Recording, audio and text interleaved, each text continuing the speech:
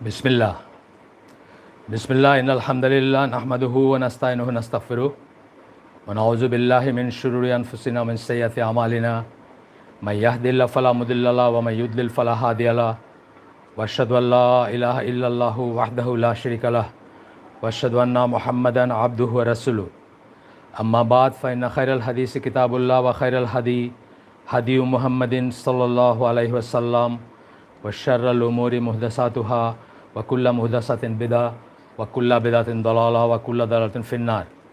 আসসালামু আলাইকুম ওয়া রাহমাতুল্লাহি ওয়া বারাকাতুহু। আমরা আজকে কান্তিলগ্নে ইসলামের 7 নম্বর পর্বটা করব ইনশাআল্লাহ। আমরা আগের দিন বলছিলাম যে চ্যাপ্টারটা বইয়ের যে চ্যাপ্টারটা সেই চ্যাপ্টারটার নাম হচ্ছে the shadow of the crusades. Crusade সমূহের ছায়ায় বলতে পারি আমরা, বা ছায়া। এখানে আমি মনে করি যে আমি আমার নিজেকে দিয়ে বিচার করলে যে ক্রুসেড সম্বন্ধে আমাদের জ্ঞান অত্যন্ত সীমিত এবং খুব কম জানি আমরা আসলে। আর বিশেষ করে যারা সায়েন্সে পড়াশোনা করছি তারা তো ইতিহাসের অনেক কিছুই জানি না। আমি জানি না এখনও স্কুলে ইতিহাস কতটুকু পড়ানো হয়, কিন্তু আমাদের সময় ধরেন 9 পর্যন্ত সায়েন্সের ছেলেদেরও ক্লাস 9 না 8 পর্যন্ত একটা অ্যামাউন্ট অফ ইতিহাস পড়তে হইতো। এখন বোধহয় সেটাও নাই, সেভাবে নাই। আর এক্সট্রা কিছুতে যে এক্সট্রা কারিকুলার কিছুতে ইন্টারেস্ট নেবে বা ছেলেপেলেদের পড়াশোনা এত বেড়ে গেছে বা কম্পিটিশন এত বেড়ে গেছে, সেই স্কোপটাও বোধহয় এখন আর নাই। যে চাইলেও তারা হয়তো আর এখন আপনার এক্সট্রা মানে একটু যেটাকে আমরা জেনারেল নলেজ বলি বা আমাদের চাচা ছোলা ভাষায় যেটাকে আমরা আউট নলেজ বলে থাকি অনেক সময়, সেটার খুব একটা স্কোপ বোধহয় এখন আর নাই, বা তারা পারে না সময় বের করতে। সো ক্রুসেড সম্বন্ধে আমাদের একটু জানার দরকার। ক্রুসেড হচ্ছে পোপ যাকে আমরা বলি, এখন যেরকম পোপ বলি, একজন জানি না আমরা পোপ বলতে একজন ব্যক্তিত্ব বুঝি না, ঠিক সেই রকম তখনকার ইউরোপে একজন পোপের ডাকে উনি 1095 সালে, এখন 2020 চলতেছে, 1095 সালে ডাক দেন এবং সেই ডাকে 1096 থেকে প্রথম ক্রুসেডের 3টা ফেজ ধরা হয়। প্রথম যে ফেজটা ধরা হয় সেটা 1096 থেকে 1044 পর্যন্ত ছিল, 1144 পর্যন্ত ছিল, মাফ করবেন, 1096 থেকে 1144 পর্যন্ত ছিল, অর্থাৎ 48 বৎসর ব্যাপী ছিল এটা প্রথম ক্রুসেডটা। দ্বিতীয় ক্রুসেড যেটা ধরা হয়, দ্বিতীয় ফেজ যেটাকে ধরা হয়, সেটা ছিল 1146 খ্রিস্টাব্দ থেকে 1193 খ্রিস্টাব্দ পর্যন্ত। তৃতীয় ক্রুসেড যেটাকে বলা হয় সেটা ছিল 1193 পর থেকে 1291 সাল পর্যন্ত। 3টা ভাগে ভাগ করা হয় ক্রুসেডকে। এই ক্রুসেডটা ওয়েস্টের সাথে আমরা যে বইটা পড়তেছি, এই বইটাতে ওনার প্রপোজিশনটা কি, উনি কী বলতেছেন যে পশ্চিমের সাথে আমাদের হবার নয়, পশ্চিমের অনুকরণ আমরা করতে পারি না, পশ্চিমের কাছে নিজেদেরকে সমর্পণ করতে পারি না, পশ্চিমা জীবনধারা বা পশ্চিমা ধ্যান ধারণা আমরা গ্রহণ করতে পারি না। তাহলে আমার মুসলিম হিসাবে আমাদের যে স্বাতন্ত্র্য অস্তিত্ব এবং আমাদের যে রিভাইভাল বা আবার আমরা নিজেদেরকে আগের জায়গা বলতে মানে ট্র্যাকে নিয়ে যাব, সেটা অলমোস্ট ইম্পসিবল হবে যদি আমরা পশ্চিমের অনুকরণ করি বা পশ্চিমের ধ্যান ধারণা নিয়ে চলি। এটাই ওনার প্রপোজিশন। তো সেই জন্য এই ক্রুসেডগুলো জানাটা এত দরকারি। এখানে আমরা ছোট্ট করে একটু বলে দিচ্ছি যে প্রথম যে ক্রুসেডের কথা বললাম, খ্রিশ্চানরা মিলিত বাহিনী ইউরোপ থেকে, ব্রিটিশরা ছিল, ব্রিটিশরা তো মানে যাই হোক, ইংলিশ ছিল, জার্মান ছিল, ইটালিয়ান ছিল, মিলিত বাহিনী তারা আসছিল জেরুজালেমকে মুসলমানদের থেকে মুক্ত করতে। যদি একদম ভাষায় বলি আমরা, জেরুজালেম একটা পবিত্র স্থান খ্রিশ্চানদের, সেটাকে মুসলমানদের থেকে মুক্ত করতে আসছিল। যে হত্যাযজ্ঞ চালাইছিল ইতিহাসে এটার নজির খুব কম। হয়তো বসনিয়া হার্জেগোভিনায় যেভাবে মুসলমানদের হত্যা করা হয়েছে হয়তো কিছুটা তুলনা করা যাইতে পারে ওটার সাথে। এটা সম্বন্ধে অনেক বর্ণনা আপনারা পড়বেন। অ্যান্টিওক বলে একটা জায়গা সিরিয়ায় পড়ছে বোধহয়, মানে হিসাবে সিরিয়ায় পড়বে, সেখানে 10,000 মুসলমানকে হত্যা করা হয়েছিল এবং মোস্টলি ছিল আপনার শিশু এবং নারীরা ছিল সেখানে যাদেরকে হত্যা করা হয়েছিল। প্যালেস্টাইনে জেরুজালেম জয় করছিল তারা 1099-তে, এটা 1098-তে অ্যান্টিওকে করছিল আপনার যে হত্যাকাণ্ড খ্রিশ্চানরা, মানে যেখানে যারা পাইছে মারছে, সোজা কথা। জেরুজালেমের বর্ণনা যেটা আসছে 1099-তে, যাকে যেখানে পাইছে মারছে, এমনি ইহুদিদেরও মারছে তারা এখানে। এবং বলা হয় যে শহরে হাঁটু পর্যন্ত রক্ত ছিল আর কি। এটা হয়তো একটা এক্সাজারেশন, একটা বলার একটা ওয়ে বা একটা মানে এর চেয়ে ভালো কোনো ল্যাঙ্গুয়েজ না পেয়ে হয়তো এটা বলছেন। 1099 সালে সেটা হয়েছিল, 1099।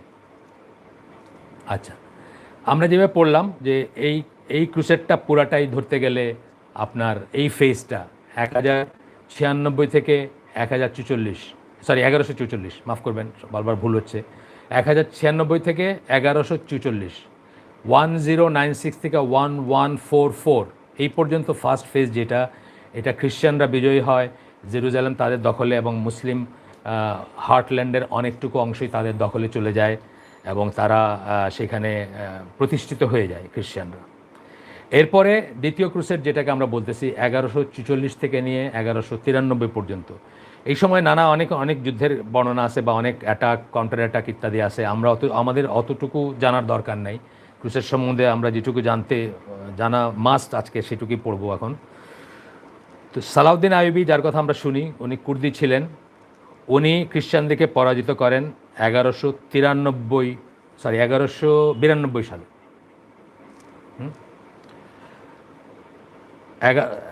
মাফ করবেন, সালাউদ্দিন আইয়ুবী খ্রিস্টানদেরকে পরাজিত করেন 1187 সালে এবং জেরুজালেম দখল করেন। 1192 একটা সাল, সেটা আসবে পরে, ইম্পর্ট্যান্ট আমাদের জন্য। সালাউদ্দিন আইয়ুবী খ্রিস্টানদেরকে পরাজিত করেন এবং জেরুজালেম পুনরুদ্ধার করেন 1187 সালে।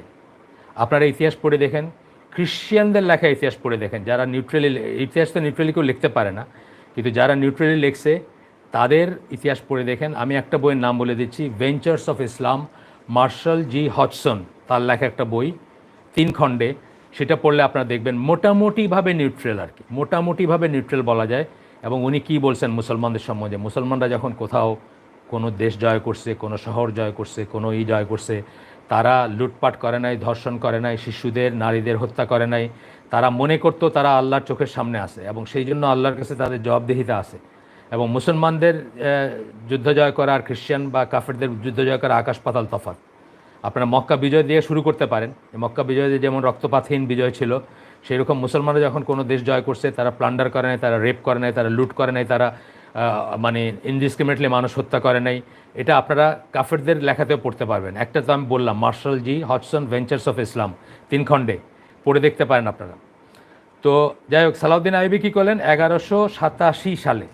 সেকেন্ড ক্রুসেডটা আমরা কি বললাম, দ্বিতীয় ক্রুসেড যেটাকে বলা হয়, দ্বিতীয় ফেজ অফ ক্রুসেডস যদি বলি আমরা, সেটা হলো 1144 থেকে 1193। এরই ভিতর 1187-তে উনি খ্রিস্টানদেরকে পরাজিত করলেন এবং জেরুজালেম জয় করলেন।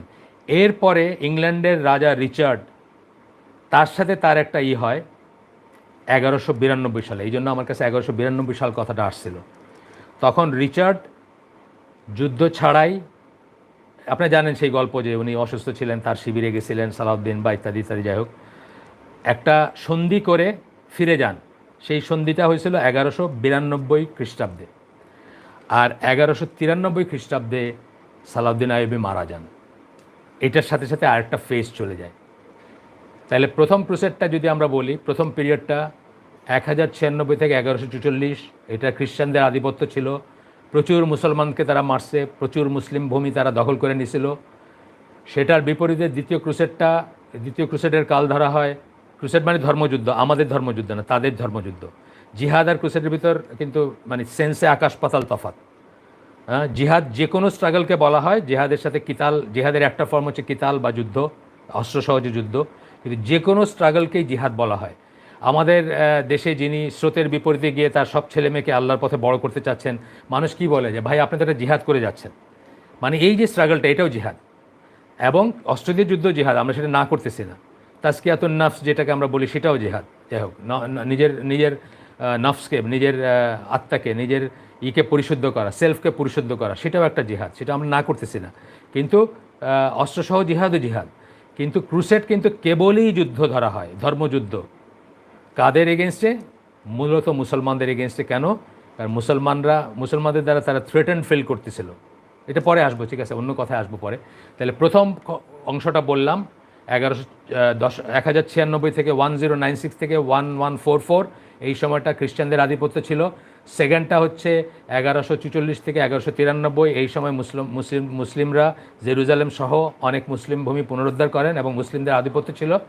আর এরপরে 1193 থেকে 1291 পর্যন্ত যেটা চলছে সেটা হলো অ্যাটাক কাউন্টার অ্যাটাক, এভাবে চলছে। এখানে কেউ একচ্ছত্রভাবে আধিপত্য বিস্তার করতে পারে নাই। একবার খ্রিস্টানরা জিতছে, একবার মুসলিমরা জিতছে, খণ্ড খণ্ড যুদ্ধ হয়েছে, ইত্যাদি ইত্যাদি। আচ্ছা, এই প্রসঙ্গে আমি আপনাদের কাছে দুইটা বই বলবো, একটা বই ইন্ট্রোডিউস করব। এই বইটা আমার শ্বশুরের লেখা। এই বইটা উনি বেঁচে থাকতে পড়ি নাই, উনি মারা যাওয়ার পরে আমি পড়ছি। 2009 সালে মারা গেছেন, তারপরে পড়ে আমি খুব অভিভূত হয়েছি এবং খুব ইমপ্রেসড হয়েছি। কারণ উনি যে এই ব্যাপারে এত পড়াশোনা করছেন বা এত রেফারেন্স ঘাটছেন, এটা আমার জানা ছিল না। অত্যন্ত সস্তা একটা বই, মদিনা পাবলিকেশনসের বই, ক্রুসেডের ইতিবৃত্ত বইটার নাম। আসকার ইবনে শায়েখ ছিল ওনার নাম, পেন নেম, লেখার নাম। এমনিতে মোহাম্মদ ওবায়দুল্লাহ ছিল, উনি ঢাকা ইউনিভার্সিটির টিচার ছিলেন, আর এই লেখালেখি করতেন এই নামের আন্ডারে। তো এটা মদিনা পাবলিশার্সের বই, আপনারা কালেক্টেবল, কিন্তু সবাই ঘরে থাকতে পারে। এটার আপনার দাম ছিল মাত্র 60 টাকা। তথাপি কিন্তু আমি জানতাম না বইটার কথা, বা আমি অত খেয়াল করিনি আগে বইটার কথা, এবং আমি খুব চমৎকৃত হয়েছি বইটা পড়ে। আপনারা পড়ে দেখতে পারেন ক্রুসের সম্বন্ধে যখন কথা আসতেছে। আর এরপরে একটা বই আমরা সময় মতো দেখাবো আপনাদেরকে, ওইটাও ক্রুসেড নিয়ে। আচ্ছা, এখনই দেখাই আমি। এটা হচ্ছে একজন আমেরিকান একজন এয়ারফোর্স জেনারেলের ছেলে, জেমস ক্যারল। সেপ্টেম্বর 11-এর পরে উনি এই বইটা লিখছেন। এই বইটা এটাও একটা কালেক্টেবল, যদি চান আপনারা জোগাড় করতে পারেন। উনি এটা ক্রুসেড, বইটার নাম দ্য আমেরিকান এম্পায়ার প্রজেক্ট, আমেরিকার সাম্রাজ্যের প্রজেক্ট। ক্রনিকলস মানে বৃত্তান্ত বা ধারাবাহিক বৃত্তান্ত, chronicles of an unjust war, যেটা একটা যুদ্ধ যেটা জাস্টিফাইড না, যেটা অন্যায় যুদ্ধের বর্ণনা, এই নামে লিখছেন। এটা সেপ্টেম্বর 11-এর পরে লিখছেন। বুশ প্রশাসন যেভাবে মুসলিমদের উপর যা করে গেছে সেটার বিরুদ্ধে লিখতে গিয়ে উনি লিখছেন। উনি বামপন্থী এক ধরনের, উনি বোস্টন গ্লোবের রিপোর্টার ছিলেন, এবং উনি একজন এয়ারফোর্স জেনারেলের ছেলে। ওনার সেনানিবাসে ওনার জন্ম বা ওনার জীবন কাটছে। এটা লিখছেন। এই বইটাও কালেক্টেবল। উনি ঠিক প্রিসাইজলি বোঝাইছেন যে ক্রুসেডের মেন্টালিটিটা পশ্চিমাদের মাথার থেকে এখনও বাইর হয় নাই। এখনও মুসলমানদেরকে মোকাবেলা করা, ধ্বংস করা, ক্ষতি করাকে তারা ধর্মীয় রেসপন্সিবিলিটি বলে মনে করে, যারা ট্র্যাডিশনাল খ্রিস্টান তারা। এটা উনি বলছেন এই বইতে, বা নানাভাবে উনি প্রমাণ করার চেষ্টা করছেন যে কিভাবে। আমরা ওইখান থেকেও একটু পড়বো পরে, কোনো এক সময় আপনাদেরকে পড়ে শোনাবো।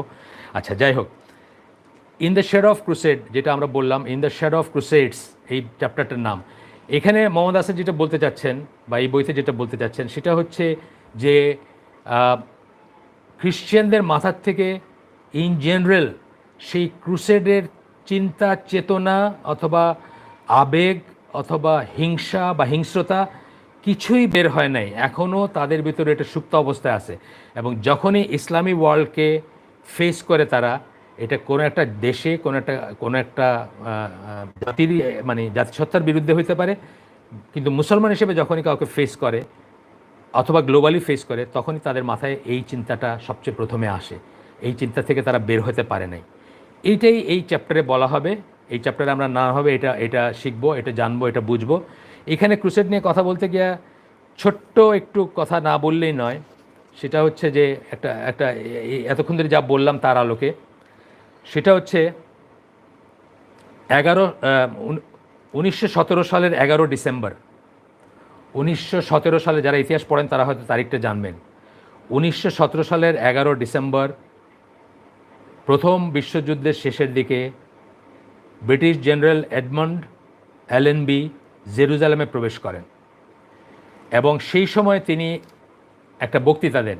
সেই বক্তৃতার একটা লাইন শুধু আপনাদেরকে পড়ে শোনাবো। সেই লাইনটা হচ্ছে, the war of the crusades are now complete. উনি বলছিলেন যে ক্রুসেডের যুদ্ধ আজকে সম্পন্ন হইল বা সম্পূর্ণ হইল, শেষ হইল। তাইলে দেখেন কবে সেই শুরু করছিল তারা, 1096-তে। আর 1917 সালে এসে ফার্স্ট ওয়ার্ল্ড ওয়ারে জেরুজালেম যখন ঢুকতেছেন উনি, অর্থাৎ ব্রিটিশরা জেরুজালেম দখল করলো বা জয় করলো, যাই বলেন এটা মুসলমানদের থেকে, আবার অটোমানদের থেকে টু বি প্রিসাইজ। এবং তখন উনি বক্তৃতায় কী বলতেছেন, the wars of the crusades are now complete. উনি বলতেছেন ক্রুসেডের যুদ্ধ আজকে শেষ হইল বা কমপ্লিট হইল। তার মানে মানসিকতাটা আপনারা বুঝতেছেন কী মানসিকতা, কী মন মানসিকতা ব্রিটিশদের বা তাদের ছিল, বা ফার্স্ট ওয়ার্ল্ড ওয়ারেও তাদের কী কী কী ছিল, কী মনোবৃত্তি ছিল তাদের। এবং এই সময় এই খবরটা পাওয়ার পরে ব্রিটিশ, ইংল্যান্ড এবং জার্মানি সহ ইউরোপিয়ান দেশের বড় বড় চার্চগুলোতে ঘণ্টা বাজানো হয়েছে যে খ্রিশ্চান সাম্রাজ্যের বিজয় হয়েছে মুসলমানদের উপর, বা খ্রিশ্চান শক্তির বিজয় হয়েছে মুসলমানদের উপর। যদিও ফার্স্ট ওয়ার্ল্ড ওয়ারের দুই পক্ষই কিন্তু খ্রিশ্চান ছিল, মেজর দুই পক্ষ, কিন্তু জেরুজালেমটা দখল করার পরে এটাকে খ্রিশ্চানদের বিজয় বলে চার্চের ঘণ্টা বাজানো হয়েছে আর কি। আমাদের যেমন আজান দেয় না, হইলে আপনার বিশেষ কোনো ঘটনা ঘটলে কিন্তু আজান দেয়, খুশির হইলেও দেয়, দুঃখের হইলেও দেয়, বিপদের হইলেও দেয়। তো ওইভাবে ছেলে হইলে আজান দেয় না, আমাদের ছেলে হইলে আজান দেয়, মানে ওইভাবে বলতেছে আর কি, যে চার্চের বেল বাজায় তারা এটার করছে আর কি, মানে এটাকে সেলিব্রেট করছে যে জেনারেল অ্যালেনবি জেরুজালেমে প্রবেশ করছেন, বা খ্রিশ্চান শক্তি জেরুজালেম দখল করে নিছে। সেই জন্য এই জিনিসগুলো না জানলে, বা যেগুলো একটু একটু করে বললাম যে এই জিনিসগুলো না, পটভূমিটা না জানলে আজকের আলোচনাটা অনেকটা মিনিংলেস হয়ে যেতে পারে, এই জন্য জানা উচিত। আসেন এখন আমরা মেইন বক্তব্যে যাই। আমরা এর আগের অধ্যায়ে দেখছি যে পশ্চিমা সভ্যতার সাথে মুসলিমদের স্পিরিচুয়ালিটি বা আধ্যাত্মিকতা, যেটা বলি বিশ্বাসের ব্যাপারটা, সামঞ্জস্যপূর্ণ না, ইনকম্প্যাটেবল। কেন আমরা বলছি যে পশ্চিমারা তাদের এখনকার যে পশ্চিমা সভ্যতা, এটা আমরা আগেই বলছি যে এটা খ্রিশ্চিয়ানিটির কোনো ফলাফল না, বরং খ্রিশ্চিয়ানিটির সাথে বিদ্রোহ করার পথে, খ্রিশ্চিয়ানিটির এগেনস্টে বিদ্রোহ করার পরে, বা তাদের সাথে তাদের কাছে বের হয়ে যাওয়ার পরে, অথবা জীবনযাপনকে খ্রিশ্চিয়ানিটির বা চার্চের ইনফ্লুয়েন্স মুক্ত করার পরেই কিন্তু তাদের এই উন্নতিটা হয়েছে। এই উন্নতিটা তাদের তারপরে হয়েছে, এটা আমরা বলছি। কিন্তু এবং সেটা বলতে গিয়ে কী বলছে যে তারা বিয়ন্ড এই জীবনের বাইরে কিছু দেখতে চায় না, এই পৃথিবীর বাইরে অতিজাগতিক কোনো ওয়াহি বলেন, ঈশ্বর বলেন, বা কমান্ডমেন্ট বলেন, বা নিয়ম বলেন, বা নীতি বলেন, বা নৈতিকতা বলেন, অথবা শরিয়া বলেন, বা ল বলেন, এগুলো তারা ধার ধারতে চায় না। সুতরাং এটা ইনকম্প্যাটেবল, আমরা আগেই দেখছি। এছাড়াও আরও একটা বড় কারণ আছে, যেই জন্য মুসলিমদের উচিত পশ্চিমা সভ্যতার অনুকরণ থেকে বিরত থাকা। এই ছাড়াও আরেকটা কারণ আছে, সেই কারণটা উনি এখন বলবেন। ওই কারণটা আগে বলছেন, স্পিরিট অফ দ্য ওয়েস্ট ছিল আগের চ্যাপ্টারটার নাম, যে এটার মিনিং হচ্ছে যে পশ্চিমের চালিকা শক্তিটা কী। পশ্চিমের চালিকা শক্তিটা আমরা দেখছি কি দুনিয়া। এইটার জন্য যেহেতু এইটার জন্য আমরা ডিফাইন করছি, বা আমরা দেখছি যে ইসলামের সাথে এটা ইনকম্প্যাটেবল বা সামঞ্জস্যপূর্ণ না। আজকে আরও একটা কারণ বলতেছেন উনি, তার মানে এছাড়া আরও একটি বড় কারণ রয়েছে, যে জন্য মুসলিমদের উচিত পশ্চিমা সভ্যতার অনুকরণ থেকে বিরত থাকা। তাদের সাথে তাদের অনুকরণ যেন না করি আমরা, এবং তাদের থেকে যেন দূরত্ব রাখি, তাদের থেকে যেন নিজেদেরকে আলাদা রাখি, বা ডিস্টিংক্ট রাখি, বা বৈশিষ্ট্যপূর্ণ রাখি, বা তাদের ভিতর যেন আমরা মিলেমিশে একাকার না হয়ে যাই। তারও একটা বড় কারণ আছে, অনুকরণ যেন না করি। কারণ তাদের ভিতরে যে জিনিসটা রয়ে গেছে, যেটা হয়তো সভ্যতার মোড়কে মোড়া, যেটা সবসময় বাইর হয়ে আসে না, ওয়ান্স ইন এ হোয়াইল তখন মুখ ফসকায় বাইর হয়ে যায়। যেটা আমরা পরে দেখব যে কীভাবে সেপ্টেম্বর 11 পরে ছোট বুশের মুখ ফসকায় বাইরে হয়ে গেছিলো যে এটা একটা ক্রুসেড, ধর্মযুদ্ধ উনি বলছিলেন, মুখ ফসকায় বাইরে গেছিলো। পরে ওটাকে কারেক্ট করার চেষ্টা করছেন, কিন্তু সেটা আর কারেক্ট হয় না। কারণ জিহাদের অনেক মিনিং থাকলেও ক্রুসেডের কিন্তু অনেক মিনিং নাই। ক্রুসেডের মিনিং হলো একটাই, মুসলমানদের এগেনস্টে ধর্মযুদ্ধ। আচ্ছা, মেইনলি মুসলমানদের এগেনস্টে ধর্মযুদ্ধ। আচ্ছা, এরপরে বলবো আমরা যে ইতিহাসে দেখা যায় কোনো কারণ ছাড়াই পশ্চিমা সভ্যতা ইসলামের বিরুদ্ধে অদ্ভুত এক শত্রুতা পোষণ করে এসেছে। এটা আমি আগেও বলছি, আমাকে যারা চিনেন তারা অনেক বক্তৃতায় আমি বা অনেক হালায় আমি বলছি, অনেক সময় বলছি যে আমি আসলে একটা জিনিস বুঝি না, যে ইউকে বিশেষ করে, মানে ইংল্যান্ড যেটাকে আমরা বলি বা ইউকে বলি, এনিথিং ইসলামিক অথবা এনিথিং রিগার্ডিং ইসলাম, যে কোনো কিছু ইসলাম সম্বন্ধীয় যে কোনো জিনিসের যে কোনো জায়গায় যে কোনো ধরনের বিরোধিতা করতে তারা কখনো কৃপণতা করে নাই। সারা দুনিয়ার কেউ সাপোর্ট না করলেও মার্কিন যুক্তরাষ্ট্র বা অন্য কোনো দেশের ইসলাম বিরুদ্ধ কোনো ড্রাইভকে তারা অলওয়েজ সাপোর্ট করছে। আমি একটা ক্লাসিক উদাহরণ দিই যে 86 সালে আমি ইংল্যান্ডে ছিলাম, তখন রোনাল্ড রেগেনের ছিল কি বলবো শাসন ছিল আমেরিকায়। তো রেগেনের অর্ডারে লিবিয়াতে আমেরিকান এয়ারফোর্স আক্রমণ করছিল এবং বোম্বিং করছিল। সেই আমেরিকান এয়ারফোর্সের প্লেনগুলোর নাম আমার মনে আছে F-111, বিশেষ শ্রেণীর প্লেন এবং খুব উন্নত মানের প্লেন ছিল সেগুলাকে কোনো ইউরোপিয়ান দেশ এয়ার স্পেস ইউজ করতে দেয় নাই, স্পেন, ফ্রান্স বা অন্য কেউ মানে যাদের উপর দিয়ে যাবে কেউ ইউজ করতে দেয় নাই, যে জন্য সেই প্লেনগুলোকে আকাশে রিফুয়েল করতে হয়েছিল, আমার মনে আছে এখনও। একমাত্র ইংল্যান্ড ছাড়া সেগুলো ইংল্যান্ডের মাটির থেকে উড়ে গেছে এবং বোম্বিং করে আবার ইংল্যান্ডের মাটিতে ফিরে আসছে, F-111, আমার এখনও মনে আছে। তো আমি অনেক সময় অবাক হই যে এটা আমি এক্সপ্লেন করতে পারি না যে কেন তারা এত ইসলাম বিদ্বেষ, কেন তাদের বা এত ঘৃণা, কেন যে কোনো জায়গায় এনিথিং ইসলামিকের এগেনস্টে তারা সবসময় আসে। এবং আপনি দেখবেন এগুলার রুটগুলা দেখবেন ইংল্যান্ডে, বা এগুলোর রুটে দেখবেন ইংল্যান্ডে। এই যে প্যালেস্টাইনের লক্ষ লক্ষ মানুষ মারা গেল, রক্তের বন্যা বইল, আজ পর্যন্ত চলতেছে, অশান্তি, মানুষ মরতেছে, বা এই যে কাশ্মীরে চলতেছে বা যেখানেই চলতেছে, তার পিছনে কিন্তু তাদের একটা হাত আছে। দুই একটা জায়গায় আমরা দেখবো অন্যদেরও আছে, ফ্রেঞ্চদেরও আছে, সেটা অন্য কথা, কিন্তু ব্রিটিশরা যেন একদম আদা জল খেয়ে সকল ইসলামিক জিনিসের বিরুদ্ধে সবসময় লেগে আছে, এটা এক্সপ্লেন করা খুব ডিফিকাল্ট। এই জন্য মোহাম্মদ আসাদও বলতেছেন যে ইতিহাসে দেখা যায় কোনো কারণ ছাড়াই বলতেছেন, কারণ মানে কোনো প্লজিবল কারণ নাই, কোনো এক্সপ্লেনেবল কারণ নাই, আমরা যে এক্সপ্লেন করবো কাউকে বোঝাই দেবো সেরকম কোনো কারণ নাই। পশ্চিমা সভ্যতা ইসলামের বিরুদ্ধে, পশ্চিমা সভ্যতার কথা উনি বলতেছেন। আমি আরও পার্টিকুলারলি ইংল্যান্ডের কথা বললাম, কারণ ইংল্যান্ডটা আমি বুঝতে একদমই নারাজ। ধরেন বা অপারক বলি আমি, সেটাই ভালো, আই এম আনএবল টু আর কি। কারণ ধরেন স্প্যানিশদের একটা থাকতে পারে যে স্পেনের একটা বিরাট অংশ মুসলমানদের দখলে ছিল, অলমোস্ট হোল অফ স্পেনই ছিল ধরেন, বা অনেক বড় একটা অংশ ছিল, পর্তুগালের একটা অংশ ছিল, বা পর্তুগাল পুরাটাই ছিল, ইটালির একটা অংশ ছিল, সিসিলি ছিল, সার্ডিনিয়া ছিল, মাল্টা ছিল, বা এরকম কিছু কিছু জায়গা আমি এক্সপ্লেন করতে পারি যে তাদের ফ্রান্স অ্যাটাক করছিল 711-তে বোধহয়, খ্রিস্টাব্দ, তাদেরও একটা কারণ থাকতে পারে। কিন্তু ইংল্যান্ডের তো আসলে কোনো কারণ নাই, ইংল্যান্ড তো মুসলমানরা কোনোদিন দখল করে নাই। কিন্তু ইংল্যান্ডের এই যে ঘৃণা বা এই যে মুসলমানদের এগেনস্টে সবসময় দাঁড়ানোর ব্যাপারটা, এটা আমার কাছে খুব অদ্ভুত লাগছে সবসময়। এইটাই উনি আরেকভাবে বলতেছেন, গোটা ইউরোপের কথাই বলতেছেন। তো বলতেছেন যে এটাও আসছে গ্রেকো রোমান ট্র্যাডিশন থেকে। আপনারা যদি ইসলামের আগের পর্যায়ে চলে যান, আগের অংশে চলে যান, তাহলে কারা প্রমিনেন্টই ছিল, মানে কারা ইউরোপের প্রমিনেন্ট ছিল, বা সভ্যতার কথাও যদি আপনি ধরেন, যে গ্রেকো রোমান ট্র্যাডিশন যেটা, সেটা একটা বিরাট একটা ফ্যাক্টর ছিল, তাই না?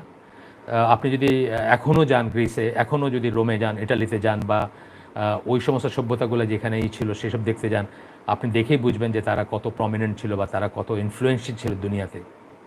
তো এটা গ্রেকো রোমান ট্র্যাডিশন থেকে আসছে এই জিনিসটাও, কোনটা মানে এইটার রুটটাও, যে তারা যে ঢালাওভাবে মুসলমানদেরকে বারবেরিয়ান্স মনে করে, মুসলমানদেরকে অযোগ্য মনে করে, মুসলমানদেরকে আপনার মনে করে, কি বলবো, বর্বর মনে করে, শত্রু মনে করে, দ্য আদার মনে করে, আস দেম বললে দেম মনে করে, বা যাই হয়, এই সমস্ত কিছুর পিছনে কিন্তু গ্রেকো রোমান ট্র্যাডিশন আছে।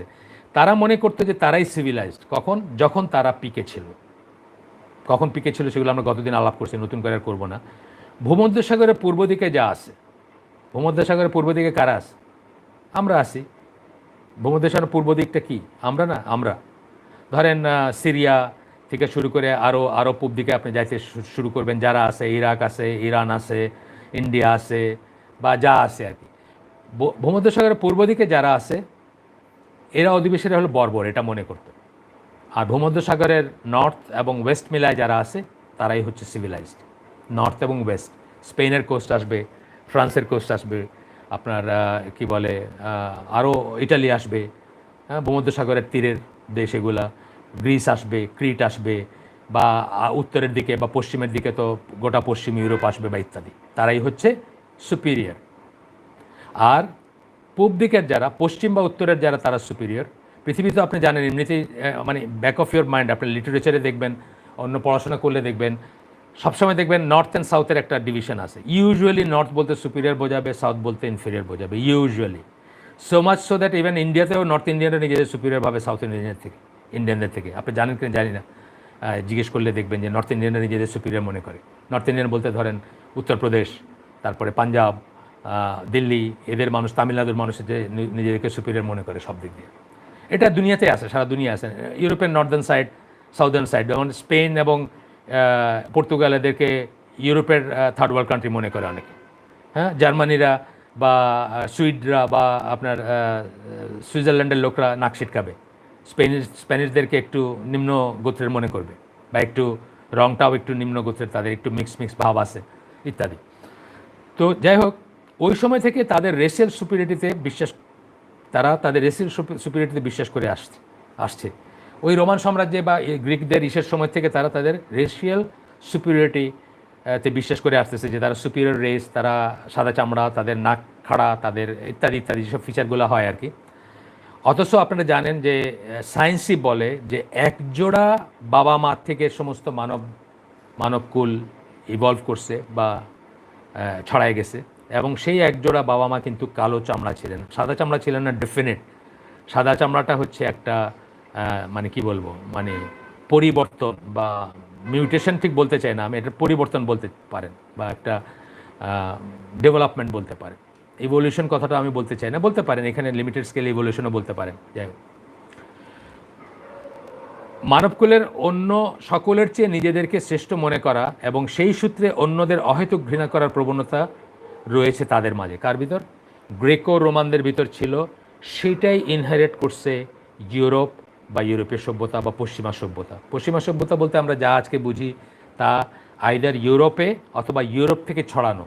ইউরোপ থেকে ছড়ানো কোথায়? আমেরিকাতে যেমন ইউরোপ থেকে গেছে, আমেরিকানরাও পশ্চিমা সভ্যতা বলতে আমরা বুঝি নর্থ আমেরিকা, বিশেষ করে আমেরিকা কানাডা দুইটা দেশ, ইউনাইটেড স্টেটস এবং কানাডা দুইটাকে আমরা পশ্চিমা সভ্যতার অংশ বুঝি। আর অস্ট্রেলিয়া, নিউজিল্যান্ড বুঝি, ওইটাও এখান থেকে গেছে, ব্রিটিশদের থেকে গেছে বা এখান থেকে ছড়াইছে। আর ইউরোপের গোটাটা বুঝি।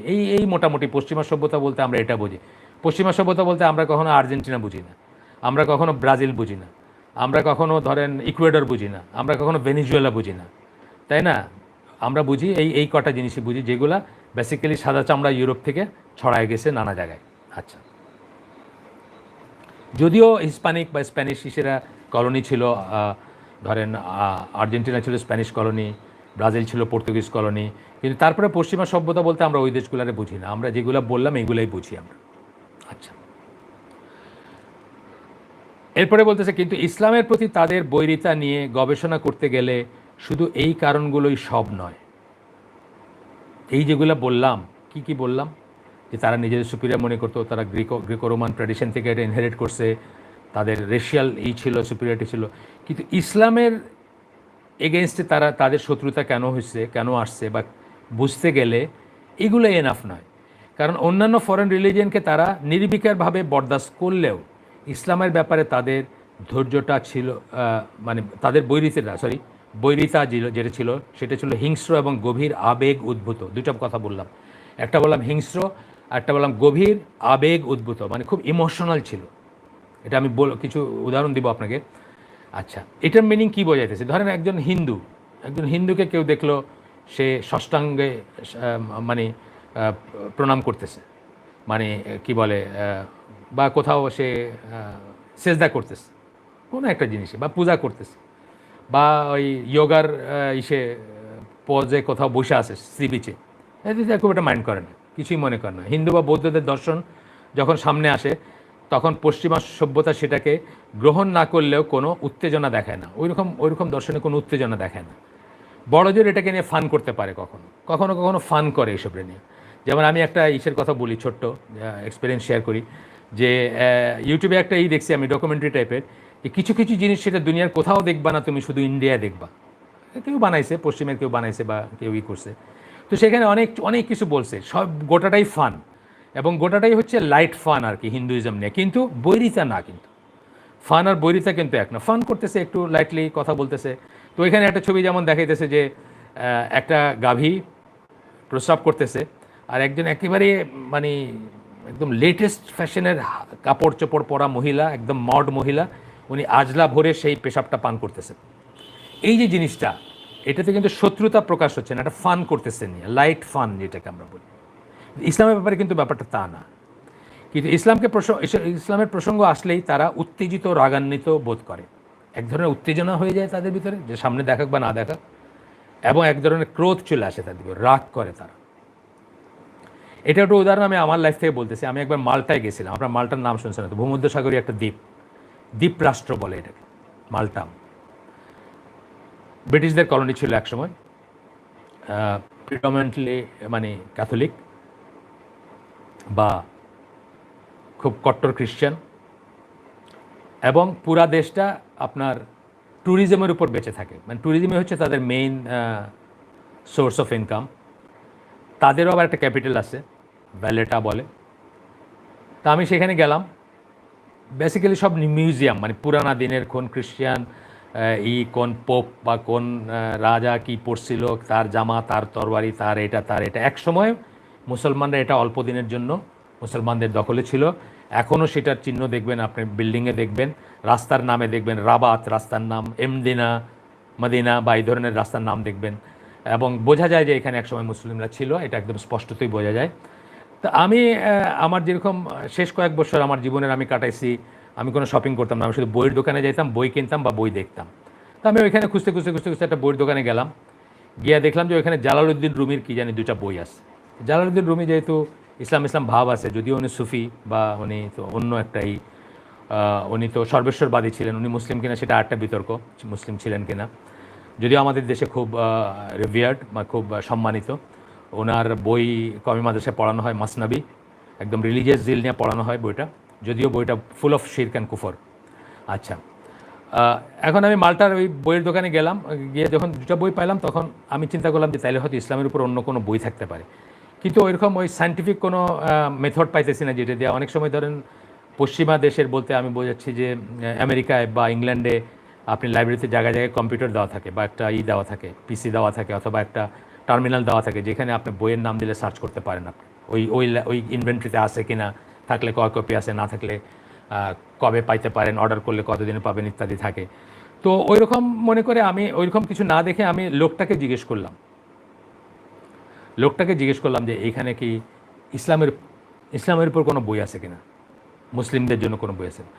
এটা আমি বলতেছি ধরেন 98 সালের কথা, এই সেপ্টেম্বর 11 আগের কথা। সেপ্টেম্বর 11 পরে তো মানে আরও অনেক খারাপ হয়ে গেছে দুনিয়ার অবস্থা, তার আগের কথা। আমি দেখলাম লোকটার রাগে মানে লাল হয়ে গেল তার চেহারাটা। সে বললো এখানে ইসলামের কিছু থাকবে না, এখানে ইসলামের কিছু নাই, এখানে থাকবেও না কখন। মানে তার বক্তব্যটা এটা ছিল, মানে ল্যাঙ্গুয়েজটা সে ইংলিশ ভাঙা ভাঙা বলতেছে, অন্য কোনো ল্যাঙ্গুয়েজ বলতেছে, ল্যাটিন কোনো বা ইটালিয়ান বা অন্য কিছু বলতেছে, আমি জানি না, ভাঙা ভাঙা ইংলিশে বলতেছে। কিন্তু আমি বুঝলাম সে রেগে গেছে, আমি কেন ইসলামের বই খোঁজ করলাম এখানে, আর আমাকে সে বলতেছে যে ইসলামের কোনো বই নাই এবং থাকবেও না কখন। মাল্টায় মানে ভ্যালেটা, মাল্টার রাজধানী, সকল রাজধানী, একটা দ্বীপ ছোট্ট, তার ভিতরে একটা জায়গাকে তারা রাজধানী মনে করে সেখানে। তো যখনই ইসলামের আসে তখন আর তারা নিউট্রাল থাকতে পারে না, বরং তখন বায়াসড হয়ে যায়। এই কথাটাই আমি আপনাদেরকে এই পর্বে বলতে চাইছিলাম, যে অন্য দিন বা ধর্মের কথাকে তারা একভাবে দেখে, এক ধরনের কৌতূহল নিয়ে দেখে, অথবা একটা হাসি ঠাট্টা করলো, সেটাও লাইট হাসি ঠাট্টা। অনেক সময় দেখবেন আপনি আমেরিকায় দেখবেন কোথাও কোনো একটা স্কুল বা কোনো একটা অনুষ্ঠানে কেউ এরকম করে নামাজতে বলতেছে, এটা একটা লাইটলি বলা জিনিস, বললেও কিছু আসে যায় না, না বললেও কিছু আসে যায় না। কিন্তু ইসলামী কিছুর ব্যাপারে তারা এই উদারতাটা দেখাইতে পারে না, ইউজুয়ালি পারে না, আর দেখাইলেও সেটা মেকি হয়। আল্লাহ তাদেরকে ভালো বুঝছেন। সূরা আলে ইমরানের 118-19 নম্বর আয়াতে আল্লাহ বর্ণনা করছেন যে তাদের ভিতরে অ্যাকচুয়ালি কী খেলে বা কী থাকে তখন। আচ্ছা, এরপরে উনি বলতেছেন যে মুসলমানদের সম্বন্ধে, আমাদের সম্বন্ধে, ইস্ট সম্বন্ধে খ্রিশ্চিয়ানরা কোথা থেকে জানার সূত্র কী? তারা তো আর আরবি পড়তে পারে না। তো প্রাইমারিলি কাদের থেকে জানছে? যাদেরকে আমরা প্রচলিত ভাষায় অরিয়েন্টালিস্ট বলি, তাদের কাছ থেকে। আমি একটু পানি খাই যান।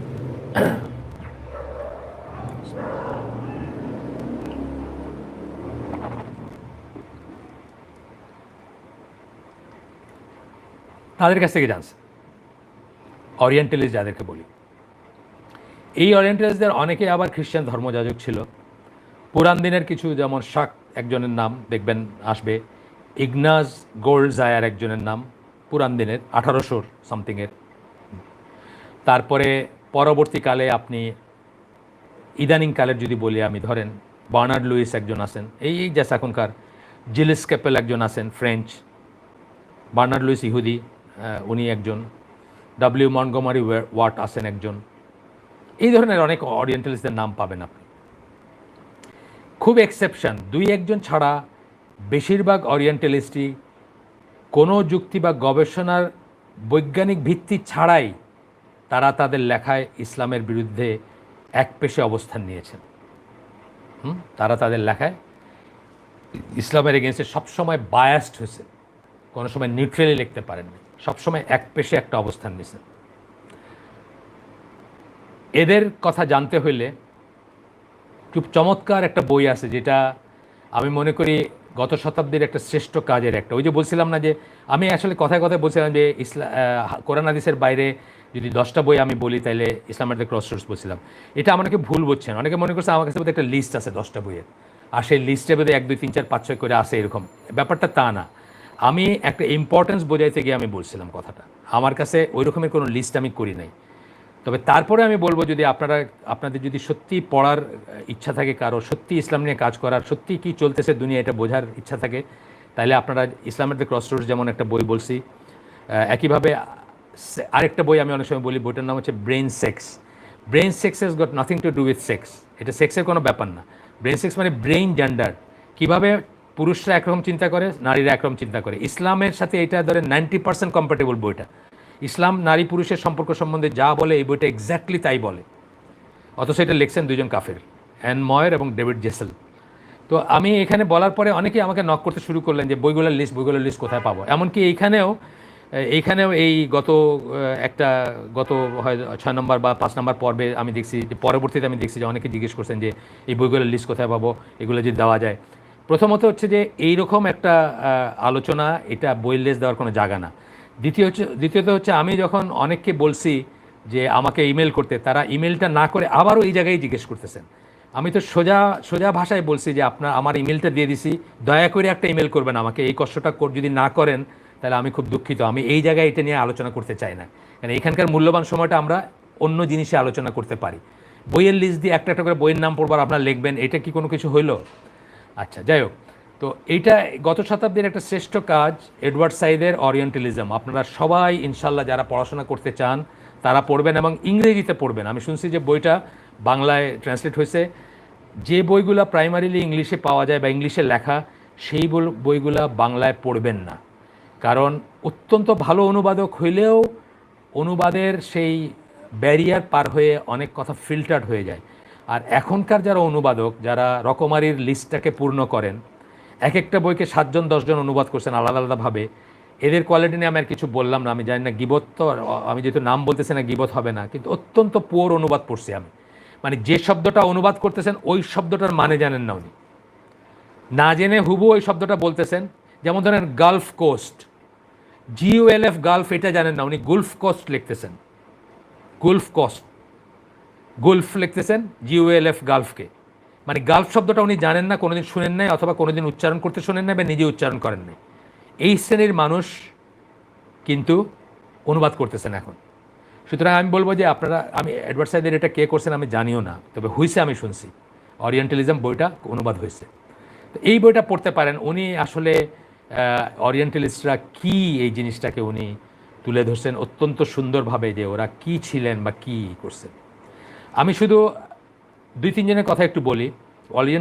অরিয়েন্টালিস্ট হিসেবে বলতেছি না, পৃথিবীর সবচেয়ে উদারপন্থী মানুষ যারা, এই পৃথিবীর ইতিহাসে সবচেয়ে উদারপন্থী মানুষ যারা, তাদের ভিতর কারা? ফ্রেঞ্চ রেভলিউশনের দার্শনিক যারা, ভল্টেয়ার, রুশো, বা পরবর্তীতে সাম্যবাদের বাপ যিনি, সাম্যবাদের বাপ বলা হয় যারে, কার্ল মার্কস, সকল সাম্যবাদী কমিউনিস্টদের কমরেড যিনি, ইনারা পর্যন্ত ইসলামের ব্যাপারে এসে বা মুসলমানদের ব্যাপারে এসে বা কলোনাইজ মুসলমানদের ব্যাপারে এসে, কার্ল মার্কসের কথা বলতেছি, উনি কিন্তু আর সেই উদার সাম্যবাদী থাকতে পারেন নাই। ঠিকই মুসলমানদের এগেনস্টে বা অরিয়েন্টালদের এগেনস্টে, অরিয়েন্টাল মানে পূব সাইডে যারা, প্রাচ্য প্রতীচ্য আমরা বলি না, আমাদের কী বলি, আমরা পূব সাইডের মানুষ, মানে ইস্ট, অরিয়েন্ট বলতে কিন্তু ইস্ট বোঝানো হয়, ইস্টার্ন সাইড, হ্যাঁ, ইস্টার্ন যারা। আর অক্সিডেন্টাল বোঝাইতে পশ্চিমা বোঝানো হয়, অরিয়েন্টালস বোঝাইতে ইস্টার্নদের বোঝানো হয়। তার ব্যাপারে জাস্টিস করতে পারেন নাই। ইসলামের এগেনস্টে এই যে ভল্টেয়ার, রুশো, তারা তো আসলে কোনো অর্গানাইজ দিনেই বিশ্বাস করতেন না, কোনো রিলিজনে বিশ্বাস করতেন না। তারা মনে করতেন যে মানবতার প্রেমিক ছিলেন তারা। মানুষ মানে কি বলবো, মানে ভালোর জন্য ভালো হবে, মানবতার কল্যাণে ভালো হবে, অটোমেটিক্যালি ভালো হবে, মানুষের ভিতরে সুকুমার বৃত্তি সব বিস্তার করলে মানুষ ভালো হবে। আনফর্চুনেটলি যেটা হয় নাই, যেটা কোনোদিন হবে না, কোনো দিন না থাকলে, কোনো রেগুলেটরি সিস্টেম না থাকলে, কোনো শরিয়া না থাকলে, আল্লাহর বিধান না থাকলে কোনোদিন মানুষ এমনি এমনি ভালো হবে না। এটা আমরা আগেও আলাপ করছি, নতুন করে আর করতে চাই না। এই ভল্টেয়ার পর্যন্ত ইসলামের এগেনস্টে বিষোদ্গার করতে পিছপা হন নাই। হ্যাঁ, ইসলামের এগেনস্টে, ইসলাম হচ্ছে সবার শত্রু আর কি, মানবতাবাদীরও শত্রু, পশ্চিমা মানবতাবাদী তারও শত্রু। আর ওরিয়েন্টালিস্ট যাদের কথা বললাম তাদের তো বটেই, কার্ল মার্ক্সের কথা বললাম আমি। এই সমস্ত জিনিসগুলা এডওয়ার্ড সাইড খুব সুন্দর করে বলছেন ওরিয়েন্টালিজম বইতে। আর ক্যারেন আর্মস্ট্রংয়ের নাম আপনারা অনেকেই শুনছেন, অনেকেই নাম শুনছেন ক্যারেন আর্মস্ট্রংয়ের। উনি সিরা লেখছেন এবং ইসলামের উপর আরও বই লিখছেন। উনি ইসলাম বান্ধব বা ইসলামের প্রতি ওনার একটা উইকনেস আছে, উনি প্রায়শই করে থাকেন আপনার প্রায়শই উনি ইসলামের উপরে, ইসলামের পক্ষে লিখে থাকেন। ভাই উনি রাসূল সাল্লাল্লাহু আলাইহি ওয়াসাল্লামের যে সিরাটা লিখছেন ওটার একটা চ্যাপ্টার উনি ডেডিকেট করছেন মুহাম্মদ দ্য এনিমি এই নামে।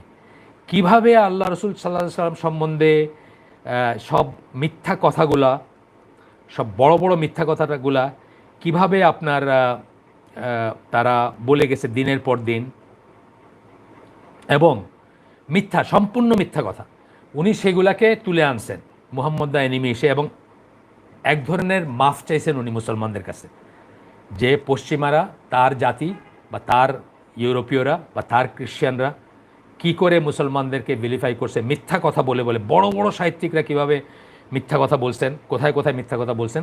আপনারা এই বইটাও পড়বেন ইনশাল্লাহ, বাট ইংলিশে পড়বেন, আবারও বলতেছি, যদিও এটারও বাংলা হয়েছে, ইংলিশে পড়বেন। ওই চ্যাপ্টারটা অন্তত পড়বেন, যে কোনো একটা দোকানে এখন এই বইটা ইংলিশ পাওয়া যায়, না কিনেনও যদি একটা দোকানে দাঁড়ায় উল্টায় দেখতে পারেন মুহাম্মদ দ্য এনিমি একটা চ্যাপ্টার আছে, আলাদা একটা চ্যাপ্টার ডেডিকেটেড আছে কিভাবে তারা ইসলামকে এবং মুসলমানদেরকে ভিলিফাই করছে, বিশেষ করে রাসূল সাল্লাল্লাহু আলাইহি ওয়াসাল্লামকে করছে, সেগুলো আছে ওইখানে। বেশিরভাগ ওরিয়েন্টালিস্ট ইসলামকে আসামি হিসাবে হাজির করা পাবলিক প্রসিকিউটরের মতো। পাবলিক প্রসিকিউটর কাদেরকে আমরা বলি?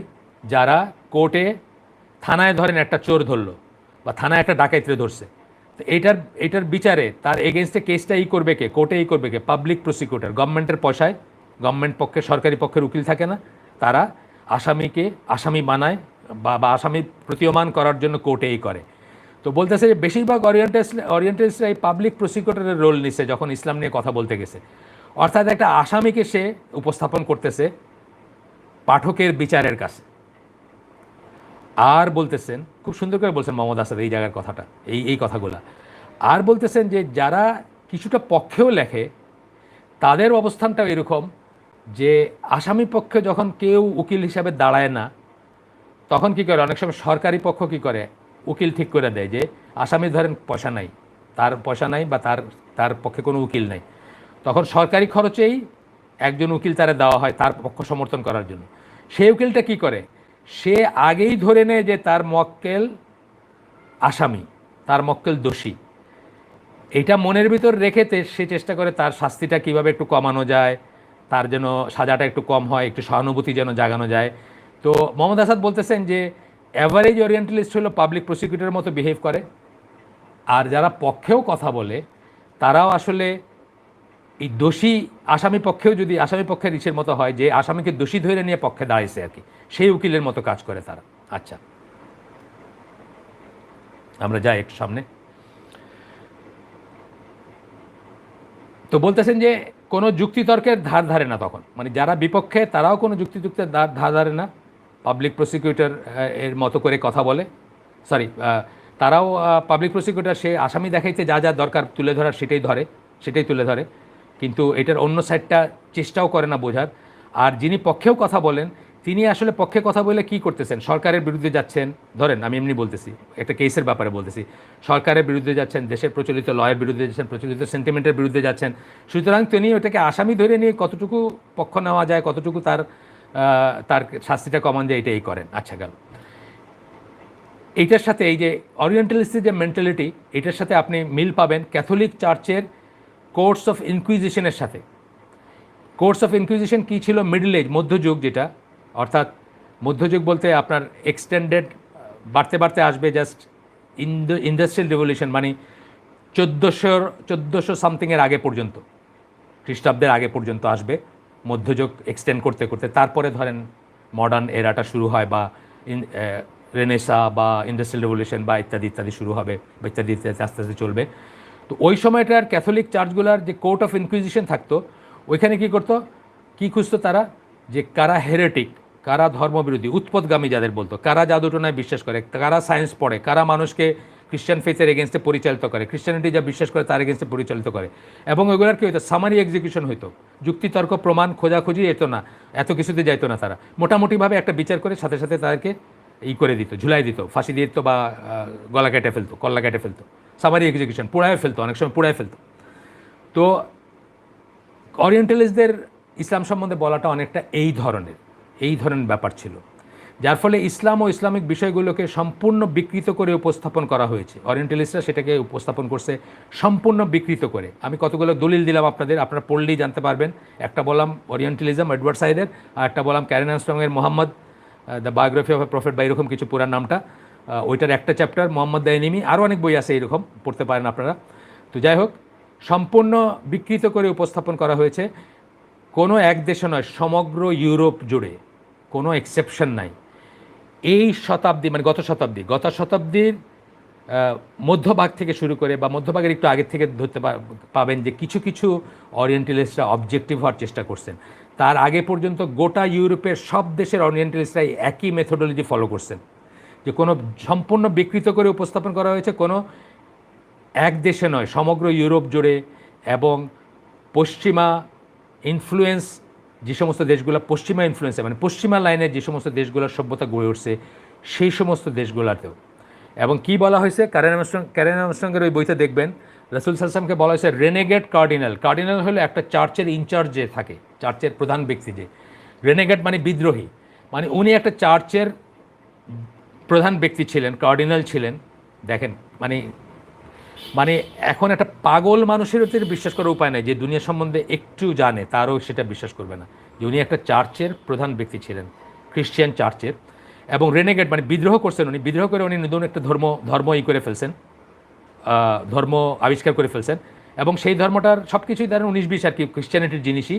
এই সমস্ত গালগপ্প পশ্চিমে বৎসরের পর বৎসর ধরে চলছে, পশ্চিমে বলতে ওয়েস্টার্ন ওয়ার্ল্ডে, পশ্চিমা সভ্যতায়, যারা হচ্ছে আমাদের আদার, যে নিয়ে আমাদের এই সমস্ত আলোচনাটা, যাদের পদানত হইয়া বা যাদের গোলামগিরি কইরা চাকরগিরি কইরা আমরা খুব উন্নত জীবনযাপন করে আমরা খুব ঢেকুর তুলি, তাদের কথা বলতেছি।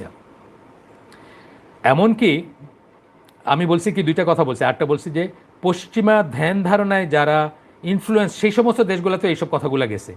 আমি 90 সালে কোরিয়াতে আমাদের একটা ডকিং ছিল, জাহাজের একটা ডকিং ছিল। তো অনেকদিন থাকতে হয় ডকিং, শোরে থাকতে হয়, মাটিতে থাকতে হয়। তো তখন একটা লোকের সাথে, ও আমাদের সাপ্লায়ার ছিল, তার সাথে আমার বেশ খাতির হয়, সে আমাকে দাওয়াত করে তার বাসায় নিয়ে গেছে। তো তার বাসায় যাওয়ার পরে তার বউ দুই এক শব্দ ইংলিশ বলতে পারে, সে ভালো ইংলিশ বলে যেহেতু ফরেনারদের। তার ছেলেও আসলো, স্কুলে পড়া ছেলে, ধরেন হয়তো 12-14 বছরের ছেলে। তারপরে আমার ধর্ম কি, আমি কি না কি মুসলিম, তখনই হঠাৎ বউ এবং ছেলে রিলেট করলো, ও বুঝছি, এক হাতে কোরআন আর এক হাতে তরবারি যার কথা বলা হয় মোহাম্মদ। মানে দেখেন, কোরিয়া পর্যন্ত এটা গেছে, মোহাম্মদ সাল্লাল্লাহু আলাইহি ওয়াসাল্লামের ইমেজটাকে এক হাতে কোরআন আর এক হাতে তরবারি। অথচ জিয়াউদ্দিন সর্দার একটা লেখাতে বলছেন, পাকিস্তানি অরিজিনের ব্রিটিশ স্কলার, উনি একটা লেখাতে বলছেন যে রাসূল সাল্লাল্লাহু আলাইহি ওয়াসাল্লাম মানে মুসলিমদের, রাসূল সাল্লাল্লাহু আলাইহি ওয়াসাল্লাম মুসলিমদের 23 বছরের অধ্যায়, রাসূল সাল্লাল্লাহু আলাইহি ওয়াসাল্লামের নবুয়তের অধ্যায়, টোটাল যুদ্ধের কমব্যাট ডেজ বা যুদ্ধের দিন ছিল, দিন যদি ধরেন 1 মাসের কিছু উপরে, অর্থাৎ 31-32 দিন বা 35 দিন এরকম ছিল টোটাল 23 বছরের ভিতরে। অথচ তারা কি লেখে, তারা লেখালেখিতে কি মনে হবে যে এভরি আদার ডে, মানে রাসূল সাল্লাল্লাহু আলাইহি ওয়াসাল্লামের মধ্যে হাতে শুধু তরবারি ছিল, বা সারাক্ষণ বোধহয় পরা, মানে যুদ্ধের ড্রেসই পরা ছিল, অথবা ঘোড়ার পিঠেই ছিলেন সারাক্ষণ, এরকমই একটা ভাব মনে হবে তাদের। কোরিয়ার পুসান, সেটা পুসানের স্কুলের ছেলের বইতে পড়ানো হচ্ছে ইসলাম সম্বন্ধে পড়াইতে গিয়ে যে মোহাম্মদ কি এক হাতে কোরআন আর এক হাতে তার তরবারি ছিল। আমার এখনও মনে আছে, তারা ফিজিক্যালি আমাকে অ্যাক্ট করে দেখাইছে। একই জিনিস ইন্ডিয়ার একটা, আমি আপনাদেরকে কেউ যারা আমাকে চিনেন তাদেরকে আমি আগেও বলছি যে আমার সাথে একটা ইলেকট্রিক্যাল ইঞ্জিনিয়ার ছিল, জুনিয়র ইলেকট্রিক্যাল ইঞ্জিনিয়ার, হরিয়ানায় বাড়ি। হরিয়ানা আপনারা জানেন পাঞ্জাব ভাগ হয়ে 3 ভাগ হয়েছে ইনফ্যাক্ট। যাই হোক, প্রধান 2টা ভাগের একটা ভাগ পাঞ্জাব এবং হরিয়ানা, এখন যে 2টা ভাগ আর। তো এই হরিয়ানাও আসলে পাঞ্জাবি ছিল আগে। তো তার বাড়ি হরিয়ানায়। তো সে আমাকে বলছে যে তারা তাদের ধর্মযাজকদের কাছে শুনছে যে মুহাম্মদ সাল্লাল্লাহু আলাইহি ওয়াসাল্লাম আসলে ব্রাহ্মণ ছিলেন, এবং তাকে নাকি কোনো একটা মিশনে পাঠানো হয়েছিল রথে করে। উনি আরব দেশে গিয়ে আর ফিরে আসেন না, নিজেই একটা দিন প্রচার করতে শুরু করেছেন। তো ওর নাম ছিল ছোটে লাল, আমার এখনও মনে আছে, ইলেকট্রিক্যাল ইঞ্জিনিয়ার যে। আমি ওরে বললাম তুমি এর চেয়ে বলো না কেন যে রাসূল সাল্লাল্লাহু আলাইহি ওয়াসাল্লাম তোমার কাজিন ছিল। আমার কাছে সেইটা বেশি গ্রহণযোগ্য, কারণ আমি মনে করবো অ্যাটলিস্ট তুমি বলতেছো যে তোমার কাজিন ছিল, সেটাও নাইলে একটা যুক্তি আছে। কিন্তু এই এই এই গল্প তুমি বিশ্বাস করো যে উনি ব্রাহ্মণ ছিল, উনি রথে কইরা সৌদি আরব গেছে, গিয়ে 8টা দিন প্রচার করতে শুরু করে দিয়েছে। এই ধরনের কথা আল্লাহ রসুল সাল্লাল্লাহু আলাইহি ওয়াসাল্লাম এবং ইসলাম সম্বন্ধে পশ্চিমে প্রচলিত, এবং পশ্চিমারা যে সমস্ত দেশে ইনফ্লুয়েন্স ছিল তাদের, যে সমস্ত দেশে তাদের রাজত্ব ছিল, তাদের চলছে, তাদের ইনফ্লুয়েন্স ছিল, সেখানেও এই জিনিসগুলা প্রচলিত। এখন আমরা একটা উদ্ধৃতি পড়বো বই থেকে। বই থেকে আমরা মাঝে মাঝে একটু একটু উদ্ধৃতি পড়ি, আমরা আগেও পড়ছি, আজকেও পড়বো। দুইটা উদ্ধৃতি, দুইটা বা তিনটা পড়বো আমরা। প্রথমটা হচ্ছে এটা, কনক্লুশন। এই এতক্ষণ ধরে যা পড়লাম সেটার কনক্লুশন হচ্ছে that the occidental mind on the whole is for some reason or other prejudiced against Islam as a religion and a culture. ইসলামকে একটা রিলিজিয়ান, ধর্ম হিসাবে চিন্তা করলে, অথবা একটা কালচার বা সংস্কৃতি হিসাবে চিন্তা করলে, পশ্চিমা অক্সিডেন্টাল মাইন্ড, মস্তিষ্ক যেটা চিন্তা, সেটা হচ্ছে প্রেজুডিস, মানে আগের থেকেই তার ধারণা আছে যে ইসলাম বর্বর, ইসলাম শত্রু, ইসলাম মাইরে ফেলে, ইসলাম কাইটে ফেলে, ইসলাম আমাদেরকে ধ্বংস করতে আসলে, ইসলাম দখল করে ফেলতে আসছে, আমাদের ছেলে মেয়েগুলো সব নষ্ট, মানে যা যা যা যা আসতে পারে মনে। এই কথাটা মোহাম্মদ আসাদের আমি পড়লাম, কনক্লুশন। তারপরে আমরা একটু আগাই। কেউ ভাবতে পারেন যে মুসলিমরা যেহেতু সিসিলি, স্পেন, সার্ডিনিয়া ইত্যাদি দখল করেছিল, যেটা আমি আগে বলছি আপনাদের, এবং সাউথ ফ্রান্স আক্রমণ করেছিল, এগুলো সব হলো 8ম শতাব্দীর কথা, 7ম 8ম শতাব্দীর কথা, হয়তো সেইখান থেকে হয়তো এই শত্রুতার উৎপত্তি। এটা আমি আগেই বলছি যে এটা একটা রিজনিং হইতে পারে, কিন্তু আসলে তা না। এরপরে বলতেছেন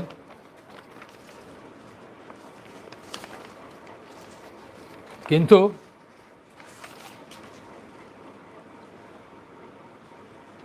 এক সেকেন্ড,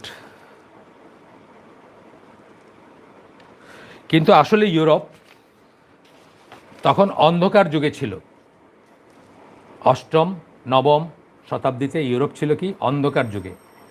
মিনিং ওয়ার্ড, যখন এই জায়গাগুলো মুসলমানরা দখল করছে, তখন ইউরোপ কিন্তু এত ওয়েল কমিউনিকেটেড, একটা মানে ইউনিফর্মলি নিজেদের একটা সভ্যতা বলে ভাবার পর্যায়ে ছিল না।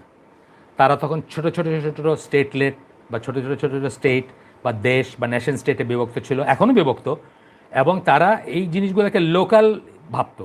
এই যে স্পেন দখল করছে, এটাকে লোকাল ভাবতো, অন্যরা এটা নিয়ে খুব একটা উদ্বিগ্নও ছিল না, চিন্তিতও ছিল না, এবং তারা এইভাবে আমাদেরকে তখন দেখে নাই। তারা এগুলোকে লোকাল একটা ঘটনা মনে করছে, আপনারা কি বলে, বিচ্ছিন্ন ঘটনা মনে করছে। যে জন্য আমরা বলছি যে ইংল্যান্ড থেকে মুসলিম ইউনিভার্সিটিতে স্পেনে পড়তে আসছে ছদ্মবেশে খ্রিশ্চিয়ানরা, এইসব পড়ে চলে গেছে, ঠিক আছে।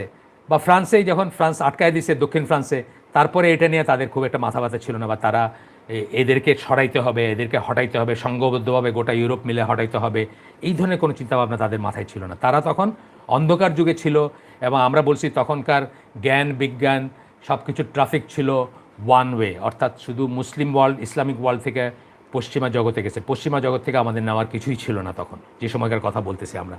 ব্যাপারগুলোকে লোকাল সমস্যা হিসেবেই দেখা হতো তখন। মধ্যযুগীয় অন্ধকার থেকে বের হয়ে নতুন এক সভ্যতার উন্মেষ ঘটতে যাচ্ছে, যখন যা স্টার্ট হইল, যে মধ্যযুগীয় অন্ধকার থেকে বের হয়ে আসছে, একটু একটু শিক্ষা দীক্ষা হচ্ছে, একটু একটু উন্নতি হতে শুরু করছে, তখনই ক্রুসেডের সূচনা হয়। কি বলছি সালটা 1096, আর এর আগে কি বললাম 8ম 9ম শতাব্দীর কথা বললাম। তখন শৈশবের আছে কি ইউরোপীয় সভ্যতাটা, নতুন করে ইউরোপীয় যে সভ্যতার উন্মেষ ঘটতেছে, সেটা এই জাস্ট স্টার্ট করছে এটা, এবং সেটা শৈশবে আছে। এবং বলতেছে শৈশবের কোনো ট্রমা, একটা বাচ্চা যদি সেক্সুয়ালি অ্যাবিউজড হয় শৈশবে, সে জীবনে বলতে পারে না, সে একইভাবে শৈশবে ঘটে যাওয়া সেই ক্রুসেডটাকে আজ পর্যন্ত পশ্চিমা সভ্যতা ভুলতে পারে নাই। হ্যাঁ, তেমনি ইউরোপীয় সভ্যতার শৈশবকালে ঘটে যাওয়া ক্রুসেডের স্মৃতি, স্মৃতি একটা বললাম, ইমোশন একটা। ইমোশন কি, যে বারবেরিয়ান্স, ইসলাম দুনিয়া দখল করে ফেলবে, আমাদের সংস্কৃতি শেষ করে দিবে, আমাদের ধর্ম শেষ করে দিবে, তাদেরকে পবিত্র ভূমির থেকে সরাইতে হবে তথা তাদেরকে আটকাইতে হবে। এই যে ইমোশনটা, ইউরোপের, ইমোশন ইউরোপের বা ওয়েস্টের, হ্যাঁ, মানুষ থেকে মুছে যায়নি, রয়েই গেছে। এইখানে আমি একটা উদ্ধৃতি পড়বো 9/11-এর, যেটার জন্য আমি এই বইটা আপনাদেরকে আগে দেখাই ফেলছি, জাস্ট 1 লাইন 2 লাইন পড়ে শোনাচ্ছি। কি বলছে Bush? Few days later the assault, মানে এটার সেপ্টেম্বর 11 কয়েকদিন পরেই George W Bush did this speaking spontaneously মানে স্বতঃস্ফূর্তভাবে কথা বলতে গিয়ে without the aid of advisers or speech writers, কোনো অ্যাডভাইজার ছিল না, কোনো ছিল না সাথে, মানে বলে না যে হুজুর আপনি এটা কইেন না, এটা কইলে সমস্যা আছে। He put word on the new American purpose that both shaped it and gave it meaning. কী বলছে? This crusade, this war on terrorism. Crusade কথাটা তার মুখ ফসকে বাইরে গেছে, যে সম্বন্ধে এই লেখক বলতেছেন যে অন সেপ্টেম্বর 11, 1990 সেপ্টেম্বর 11 তার বাপ, as it happen George W Bush father had declared a new world order, বলছিল যে নিউ ওয়ার্ল্ড অর্ডার হতে যাচ্ছে, দুনিয়াটা নতুন বিন্যাস হবে, এক জায়গার থেকে দুনিয়াকে কন্ট্রোল করা হবে। কারা করবে? পশ্চিমা আমাদের প্রভু যারা, তারা। 11 years to the day later the son set out on his crusade to make that order his।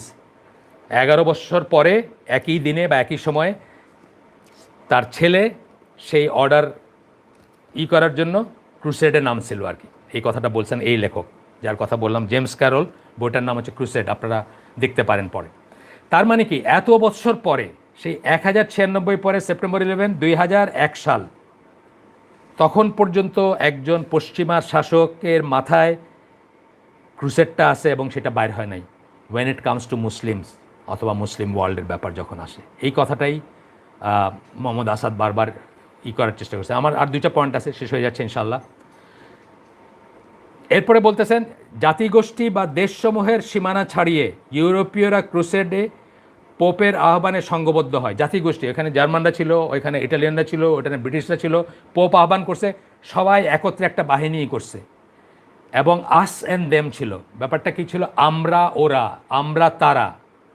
এর একটা আবেগ গোটা ইউরোপে তখন ছড়িয়ে পড়ে, পুরো ইউরোপে একটা মানে ফ্রেঞ্জি টাইপের ছড়ায় পড়ে, যাতে মুসলিম জাতি ছিল সেই দানব যাকে বধ করাটা, মানে হত্যা করাটা, ধ্বংস করাটা ছিল অস্তিত্বের লড়াই তাদের কাছে। অস্তিত্বের লড়াই ছিল তাদের কাছে। এখানে আমি আরেকটা কোটেশন পড়বো, আমার 2টা কোটেশন আছে, পড়ে আসলে আজকের আয়োজন শেষ।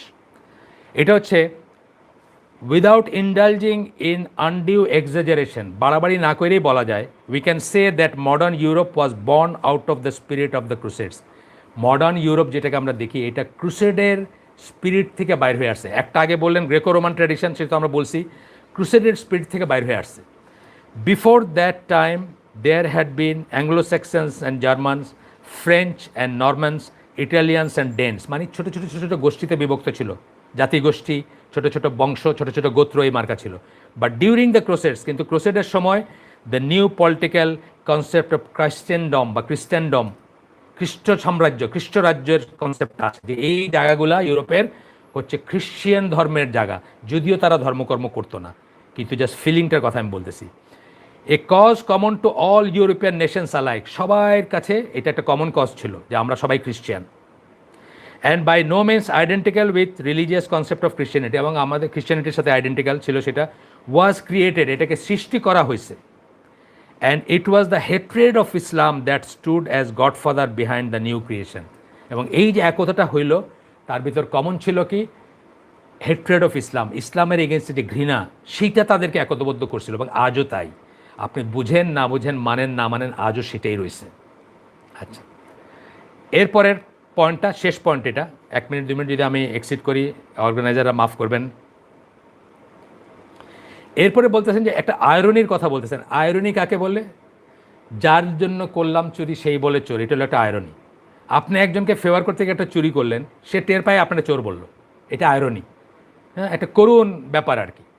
এটার বাংলা কি আমি জানি না, বাংলার যদি কিছু থাকে, এটাকে আমরা আয়রনি বলি, মানে জিনিসটা যা অ্যাপারেন্টলি যা হওয়ার কথা তার উল্টাটা হচ্ছে বা উল্টাটা বোঝাচ্ছে। তো এখানে উনি বলতেছেন যে এখানে আয়রনি কি?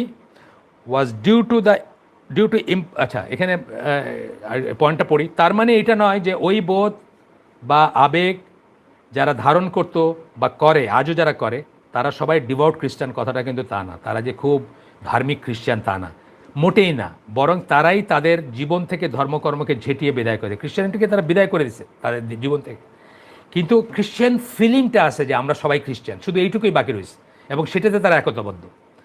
কিন্তু এটা একটা ফিলিং যা কাউকে শত্রু মনে করলে ডিফেন্স মেকানিজম হিসাবে জাগ্রত করা হয়, ডিফেন্স মেকানিজম হিসেবে জাগ্রত হয়। এই একই জিনিস আপনি পাবেন ইন্ডিয়ান হিন্দুদের ভিতরে। আমি হিন্দুদের সাথে চাকরি করছি, নর্থ ইন্ডিয়ান কাশ্মীরি হিন্দু ছিল আমার সাথে চিফ অফিসার, তামিলনাড়ুর হিন্দু ছিল সেকেন্ড ইঞ্জিনিয়ার। একের সাথে তাদের কোনো কথাবার্তা বৌঠা বসা ছিল না, দুই পক্ষের সাথে আমাদের কথাবার্তা ছিল। কিন্তু ইন্ডিয়া দেশটা টিকে আছে কিসের উপরে? হিন্দুইজমের ফিলিংয়ের উপরে। এক অংশের দেবতা আর এক অংশের মানুষ চিনে না, কিন্তু তারপরে একটা ফিলিং যেটা নিয়ে তারা একসাথে আসে। একই রকমভাবে ইউরোপের মানুষ যে খ্রিশ্চান ধর্মের ডিভোট খ্রিশ্চান তা না, বাট এটা একটা ফিলিং, যা এটাই বলতেছেন উনি আয়রনি বলতে, was due to impulse entirely and unreservedly backed by the Christian church. এই যে তারা মুসলমানদের কাছে দাঁড়াইছে ক্রুসেডে, বা আজও যে তাদের আছে, সেটা খ্রিশ্চান চার্চের থেকে সৃষ্ট করা একটা জিনিস ছিল। ওয়ের is most of the subsequent achievement of the West. অথচ এরপরে ওয়েস্ট বা পশ্চিমা সভ্যতার যে সমস্ত বিজয়, যে সমস্ত অর্জন, সেগুলা became possible only through an intellectual revolt against almost everything that the church stood and stands for. তখন যেগুলো চার্চ বলতো আর এখন যেগুলো চার্চ বলে, সেগুলোর এগেনস্টের একটা বিদ্রোহের থেকে এই সমস্ত অ্যাচিভমেন্টগুলো আসছে, সমস্ত অর্জনগুলো আসছে। আজকের ইউরোপ যে উন্নত শিখরে গেছে সেগুলো আসছে চার্চের ইসেতে। এই জন্য বলতেছেন এটা আয়রনি, যে চার্চ তাদেরকে সংঘবদ্ধ করলো, তারা কিন্তু উন্নতি করলো সেই চার্চের এগেনস্টে বিদ্রোহ করে, এবং যা কিছু চার্চ বলে সেটার এগেনস্টে বিদ্রোহ করে তখনও এবং এখনও করতে করতে কিন্তু তারা এই উন্নত জায়গায় আসছে। এইটাকে আয়রনি বলতেছেন। এটা অনেক জাতের ভিতর আছে, আফগানদের ভিতর যেমন আছে। আফগানরা দেখবেন শত্রুর এগেনস্টে খুব একতাবদ্ধ, নিজেদের ভিতর যখন থাকে তখন মারামারি করে শেষ হয়ে যায়। এর আরও জাতের ভিতর আছে এটা। তো আজকের আমার আলোচনা এইখানে শেষ।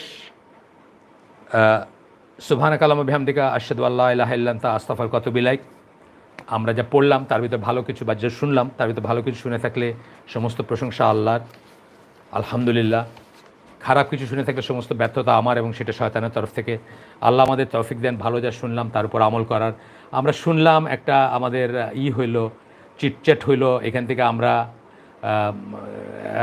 চলে গেলাম বাড়ি, তারপরে কালকের থেকে একটা নতুন জীবন শুরু করলাম, কিছুই আমাদের এফেক্ট থাকলো না, তাইলে তো এটা কিছু হলো না।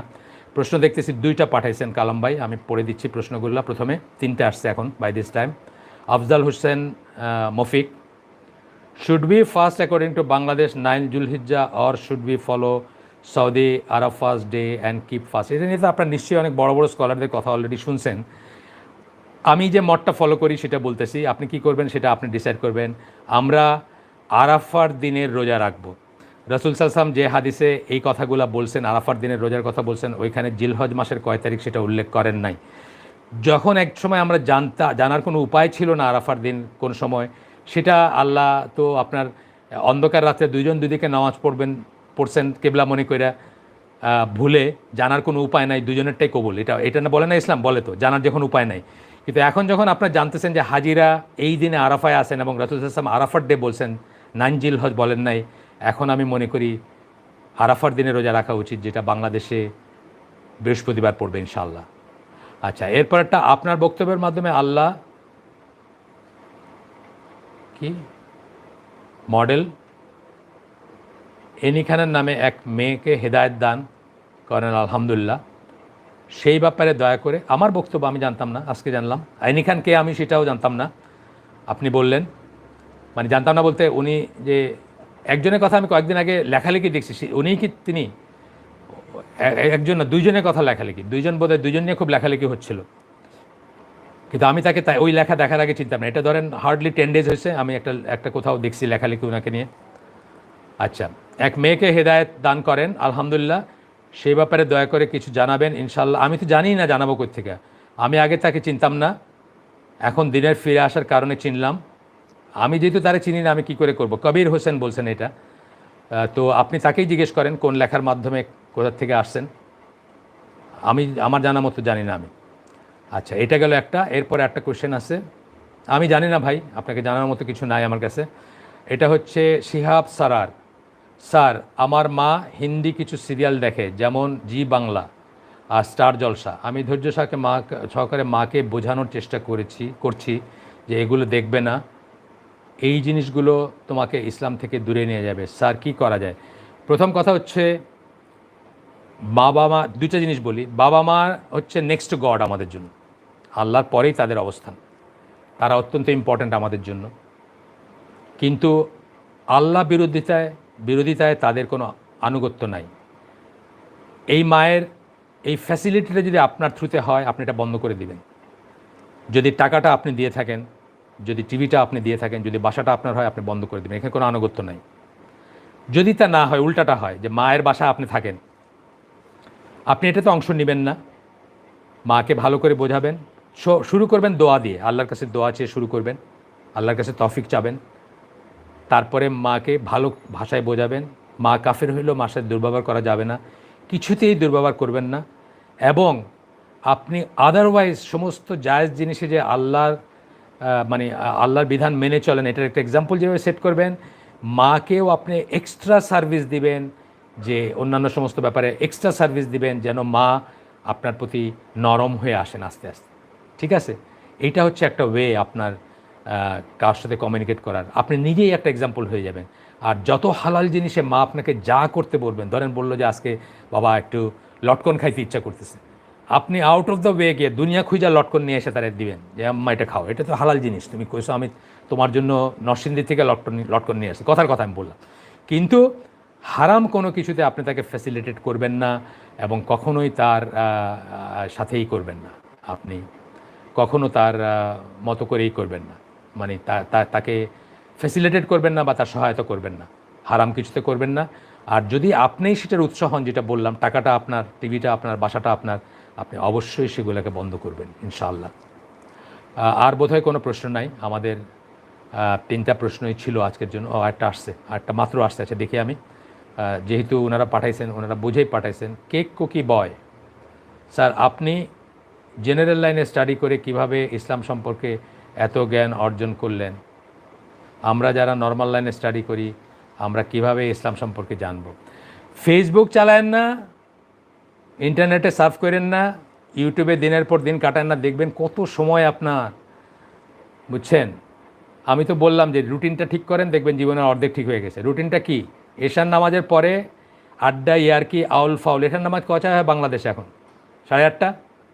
এই তাকুয়া মসজিদে একটু দেরিতে হয়, 9:30 না 9:15 বা 9টা। তারপরে আড্ডায় কী করবেন না, ঘুমাইতে চলে যাবেন। 10টার ভিতর ঘুমাইতে চলে গেলে অটোমেটিক্যালি দেখবেন আপনি 3টার সময় ঘুম ভেঙে গেছে। 3টার সময় ঘুম ভেঙে ওইটা তাহাজ্জুদ পড়বেন, আল্লাহর কাছে কান্নাকাটি করবেন, আল্লাহর কাছে সাহায্য চেয়ে শুরু করবেন জীবনের সব কিছু। তারপরে একটানা কাজ করবেন পারলে সকাল 11টা 10:30 পর্যন্ত। তারপরে লাঞ্চ করবেন 11টায়, আর্লি লাঞ্চ করে একটা ঘুম দিবেন, পাওয়ার ন্যাপ। তারপরে উঠে রাসূলুল্লাহ লাইফ বলতেছি, কিন্তু আমি রাসূলুল্লাহর এটা একদিন আলোচনা করব, তার মানে টাইম ম্যানেজমেন্টটা বলতেছি। তারপরে জোহরের নামাজে যাবেন ঘুম থেকে ওঠা, জোহরের নামাজে পড়ে ইয়াং মানুষ একটানা পড়াশোনা করবেন, কাজ করবেন এশার নামাজ পর্যন্ত, যা যা করণীয় করে। এশার নামাজের পরে পরে খাবেন, এশার আগে, মাগরিবের পরে খাবেন, এশার আগে খাবেন। এশা নামাজের পরে বেশিক্ষণ না জেগে ঘুমায় পড়বেন, দেখবেন কত বরকত সময় আসবে। আপনাকে সৃষ্টি করা হয়েছে ওমা খালাকুল জিন্না ওয়াল ইনসা ইল্লা লিয়াবুদুন। এইটাও যদি মনে রাখেন আপনাকে আল্লাহর ইবাদতের জন্য সৃষ্টি করছে, তাইলে আপনি আর কোনো কিছুকে প্রায়োরিটি দিতেই পারবেন না। পড়াশোনা করবেন, পড়াশোনাটাকে পছন্দ করবেন, ভালো লাগবে, তাইলে হবে। আমি কি আর খুব কিছু জানি না, কিন্তু আমার একটা সময় আমার ভিতরে ক্রাইসিস ছিল, ইনার ক্রাইসিস ছিল। আমার অনেক কিছু জানার দরকার ছিল, আমার নিজের সেফটির জন্য, নিজের সিকিউরিটির জন্য, নিজের ইমানের জন্য দরকার ছিল। সেই সময়টা আমি জানছি। তো এটা আসলে আপনি চাইলে আপনিও পারবেন ইনশাআল্লাহ। আমরা সবাই দোয়া করব, এখানে যারা আজকে আসি সবাই ইনশাআল্লাহ দোয়া করব যে ওনাকে যেন আল্লাহ জ্ঞান দেন। সবাই নিজের জন্য দোয়া করব। আর রুটিনটা কিন্তু আকাশ পাতাল চেঞ্জ করে দিবে আপনার। আর সাথে দিয়ে কি করবেন? Facebook, internet surfing. বিশ্বাস করেন আপনি 200 বছর পড়ে শেষ করতে পারবেন না, তেমন জিনিস অলরেডি ডাউনলোডেড আছে বা অলরেডি বই আকারে আছে। আপনার ইন্টারনেট সার্ফিংয়ে দিন জানার জন্য নেট সার্ফিংয়ের কোনো দরকার নেই। 200 বছর পড়ে শেষ করতে পারবেন না। আপনি আমার সাথে যোগাযোগ করেন, আমি আপনি একটার পর একটা বই দেবো, 200 বছর পড়তে পারবেন আপনি। দিনের বই, ইসলামের বই। আমি যেগুলো বাইরের বই কথা বলতেছি, আমি যেগুলো আজকে বললাম একটাও দিনের বই না, এগুলো সব বাইরের বই। যেগুলো আজকে নাম বলছি, ক্রুসেডের ইতিবৃত্ত বলছি একটা, আর একটা বলছি ক্রুসেড জেমস ক্যারলের, আর ইসলামের দ্য ক্রসরোড, 3টা বই আমি বলছি। আর আরেকটা কোটেশন আমি নেক্সট দিন বলবো, আজকে বলি নাই, খুব সুন্দর একটা কোটেশন, নেক্সট দিন বলবো। তো এগুলো সব হচ্ছে বাইরের, একটাও আপনার দিনের বই না। ঠিক আছে, এখন আপনি যার কথা বললে তার তো শেষ হইলো আমার ওনার কালাম ভাই, তাহলে আমার মনে হচ্ছে যে শেষ আজকের জন্য। আল্লাহ আমাদেরকে তৌফিক দেন আমরা যা শুনলাম তা আমল করার। ইনশাআল্লাহ আপনি আমার সাথে যোগাযোগ রাখেন, আমি আপনাকে গাইড করবো, কিন্তু প্রথমে আপনি আপনার রুটিন ঠিক করেন। রুটিন ঠিক করলে দেখবেন 90% ঠিক হয়ে গেছে। আমি তো দেখি এই যে হোয়াটসঅ্যাপে মেসেজ পাঠাইলে কে পাঠাইতেছে, কখন পাঠাইতেছে, 2টা 3টা 1টা মেয়েরা মেসেজ পাঠায়, মেয়েরা হোয়াটসঅ্যাপে মেসেজ চালাচালি করতে রাত্রে 1টা 2টা 3টায়। আমি ঘুমাই কখন? এরা সকালে ঘুম থেকে উঠতে পারে না, হাজব্যান্ড নিজের হাতের নাস্তা বানায় খায়, অথবা অফিসে গিয়া অফিসের ওই সুন্দরী সেক্রেটারি চা নাস্তা বানায় এনে খাওয়ায় আর কি। এদের এদের এরা এরা নাস্তা বানাবে কখন? এদের ছেলেপেলেরা না খায় স্কুলে যায়, স্কুলে গিয়ে স্কুলে ক্যাফেটেরিয়া থেকে ওই জাঙ্ক ফুডগুলো খায়, মোটা মোটা বার্গার খায় আর চিপস খায় আর ওবেস হয়, বুঝছেন না? লাইফের রুটিন ঠিক করেন, রুটিন যতদিন ঠিক না করবেন কিছুই ঠিক হবে না। রাসূল সাল্লাল্লাহু আলাইহি ওয়াসাল্লামের ওই লাইফ এটা পড়বো একদিন আমি ইনশাআল্লাহ। টাইম ম্যানেজমেন্টটা অদ্ভুত সুন্দর, দেখবো আমি যা বলছি তাই, যে এতক্ষণ যা বলছি তাই, কিন্তু এটা আমরা একদম মানে ইসে দেখবো আর কি, কাগজে কলমে দেখবো, সময় ধরে ধরে দেখবো ইনশাআল্লাহ। তাহলে আজকে আর প্রশ্ন নাই সবাই? কালাম ভাই আজকে তাহলে শেষ করে দেই, আমি তো আমার কাছে আর আসে নাই প্রশ্ন, 1 2 3 4 4টা প্রশ্ন আবারও। তাইলে আসসালামু আলাইকুম ওয়া রাহমাতুল্লাহি ওয়া বারাকাতুহু।